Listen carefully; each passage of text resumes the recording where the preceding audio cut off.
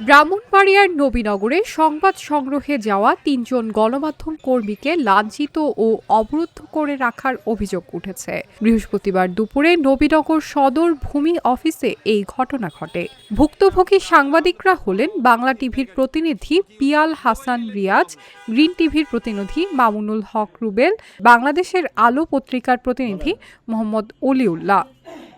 জানা যায়, নবীনগর সদর ভূমি অফিসে জমির খারিজ করতে ঘুষ বাণিজ্যের অভিযোগ ওঠে। এই বিষয়ে ওই ৩ সাংবাদিক সংবাদ গ্রহণের জন্য ভূমি অফিসে যায়, কিন্তু ভূমি অফিসের সাংবাদিকদের উপস্থিতি দেখে ক্ষুব্ধ হন ভূমি অফিসের সহকারী তহসিলদার নায়েব মোহাম্মদ শামসুজ্জোহা।